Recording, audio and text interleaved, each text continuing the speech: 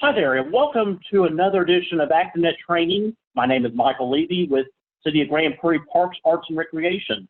Today I'm going to share with you about receipt and the meaning. There's two different meanings in receipts when you look at ActiveNET. Number one, receipts as looking up the actual receipt in the system, and then the receipt as a pending transaction. So we're going to look at both of those today real quickly. In the trainer database right now, I've pulled up my sample trainer for our demonstration today with Ricky Bobby. And if you remember Talladega Nights, this is the Ricky Bobby Talladega Nights. We put together a real quick membership here with Ricky Bobby. And when you look at this, we have a couple options to look at transactions.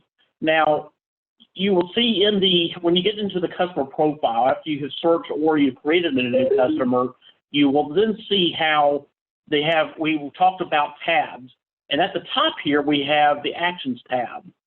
Now, when we look at new receipt as a pending transaction, this right here is the part where you start a new transaction, okay?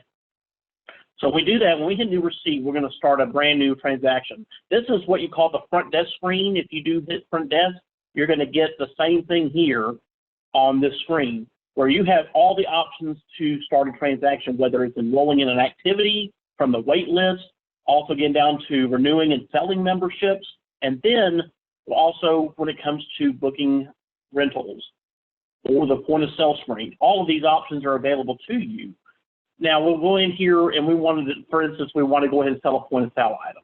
So we do hit the sell button, and we're with our operations at the summit, we have put together, a few different options in point of sale. In our cafe, we will go ahead and sell a breakfast item. Say, for instance, it's going to be a piece of fruit. We sell that now again for $1. And then we want to get a burrito and maybe an egg to go with it. Okay, so a total together of $4.50. So we're going to go ahead and finish this out, and we're going to go ahead and we're going to pay on cash and hit OK and finish. And now we've got our receipt. Okay, so that again, that's one way of looking at how a pending transaction, the name receipt is used for that reason. Now we want to look up a receipt. Look over to your left here, and we have the receipt flow part, and we can do a lookup receipt. Now, consider you're inside, you're looking up, you can also look at the receipt number. If you have that number, you can enter it in here and submit it. And in this case, we brought up our previous transaction. It remembers that we did something. So if we need to look it back up, we can. But again, you can look up receipts as well in transactions. And again, you have all of these different search engines here. But this is the lesson about how to know the difference between receipt as in looking up a transaction versus receipt in starting a pending transaction. Two big differences, but they have multiple meanings and multiple ways of helping you in ActiveNET.